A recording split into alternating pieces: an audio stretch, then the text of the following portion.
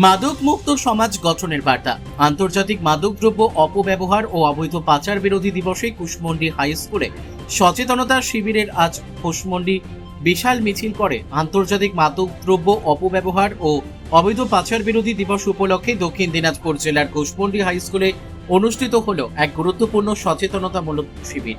জেলা সমাজ কল্যাণ দপ্তর ও কুশমন্ডি ব্লক প্রশাসনের যৌথ উদ্যোগে এবং মধ্য রামকৃষ্ণপুর গ্রামীণ উন্নয়ন সমিতির সহযোগিতায় আয়োজিত এই কর্মসূচিতে ছাত্রছাত্রীদের মধ্যে মাদক বিরোধী সচেতনতা গড়ে তোলার উপর বিশেষ গুরুত্ব দেওয়া হয়। অনুষ্ঠানে উপস্থিত ছিলেন কুশমন্ডি ব্লকের বিডিও ডক্টর নয়না দে, যুগ্ম বিডিও রূপা গুপ্ত, ইও এমইই প্রীতম ভট্টাচার্য, কুশমন্ডি থানার দ্বিতীয় আধিকারিক প্রীতম সিং, আবগারি দপ্তরের সাব ইন্সপেক্টর শঙ্কর অধিকারী, কুশমন্ডি ব্লক হাসপাতালের চিকিৎসক ডক্টর শর্মিষ্ঠা কর, প্যারালিগাল ভলান্টিয়ার পিএলভি সহ প্রশাসনের অন্যান্য আধিকারিক ও বিশিষ্ট ব্যক্তিবর্গ। এছাড়াও অনুষ্ঠানে উপস্থিত ছিলেন মধ্য রামকৃষ্ণপুর গ্রামীণ উন্নয়ন সমিতির প্রতিনিধি মিজানুর রহমান, শক্তি বাহিনীর সদস্যরা, কুশমন্ডি হাই স্কুলের শিক্ষক শিক্ষিকা, শিক্ষাকর্মী এবং বিপুল সংখ্যক ছাত্রছাত্রী।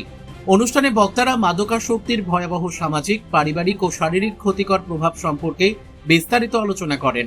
তারা বলেন, তরুণ প্রজন্মকে মাদকের করাল গ্রাস থেকে রক্ষা করতে পরিবার, শিক্ষা প্রতিষ্ঠান, প্রশাসন এবং সমাজের প্রতিটি স্তরের মানুষের সম্মিলিত উদ্যোগ অত্যন্ত জরুরি।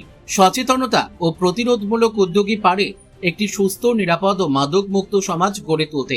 শিবিরে উপস্থিত ছাত্রছাত্রীদের উদ্দেশ্যে মাদক থেকে দূরে থাকার আহ্বান জানানো হয় এবং সমাজে মাদক বিরোধী সচেতনতার বার্তা ছড়িয়ে দেওয়ার অঙ্গীকার গ্রহণ করা হয়।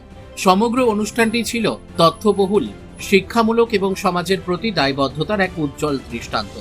কুশমন্ডি থেকে দিলদার আলীর রিপোর্ট, পুলিক নিউজ।